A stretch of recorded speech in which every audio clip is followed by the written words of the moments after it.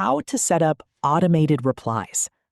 If you want to automatically respond to messages when you're unavailable, this video will show you how to set up automated replies in Meta Business Suite.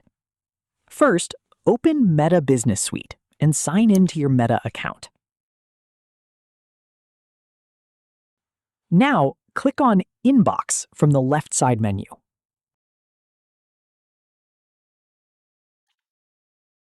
Next, click on Automations icon. Here, you can choose an automation such as auto reply, away message, or frequently asked questions. Select the automation you want to use.